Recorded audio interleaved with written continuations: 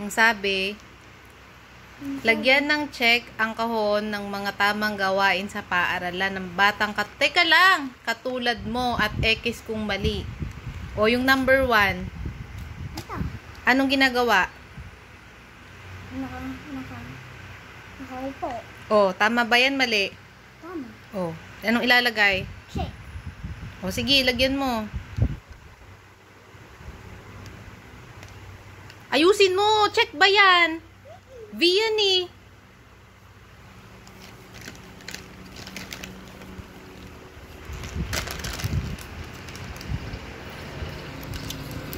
Bilisan mo.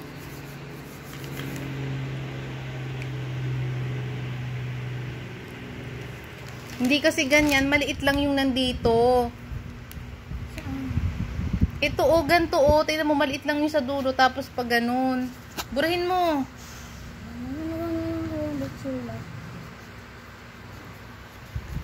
O, bilis. Maliit lang. Dito ka magsimula. O, maliit pa ganun. Tapos pataas. Dito? Oo, maliit lang. O, tapos pataas. Maliit pa baba. Tapos pataas. Pakaliwa. Ay, nako. Kalil, check lang. Hindi mo pa alam. Turuan mo kaya kami. O, bilisan mo. Akin na. Oh, yan kasi, dapat kasi kanan. Ganito lang. Oh, maliit dito. Pag ganito. Oh, tapos pataas pa ganyan. Oh, yan. Oh, next. Asa number 2? Anong ginawa? Number 2. Ito oh, number 2. Sinipa. Tama yun, mali. Mali. Ano dapat? X. Oh, lagay mo. Oh, yung pangatlo. Best friend. Oh, tama yan, mali. Tama. Oh. Sige na nga, okay na yan. Oh, sunod. Anong ginawa? Nag-share. Okay, sulat.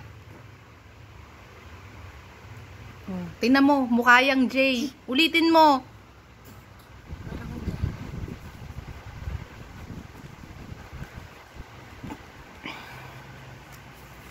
Ubus na punta ng... Oh, bilisan mo na.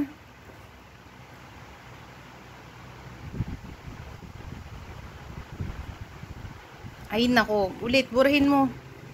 Pero, nalagay mo kamay pa kasi dito. Lagi na lang tuturuan ng kamay. Gumuhit ka pag ganon, pag ganon. Oh, turo ko. Oh, hawakan mo. Oh, ganito.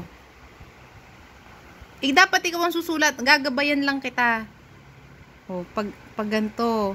Mamaya, kasi dahan-dahan. Oh, hawakan mo.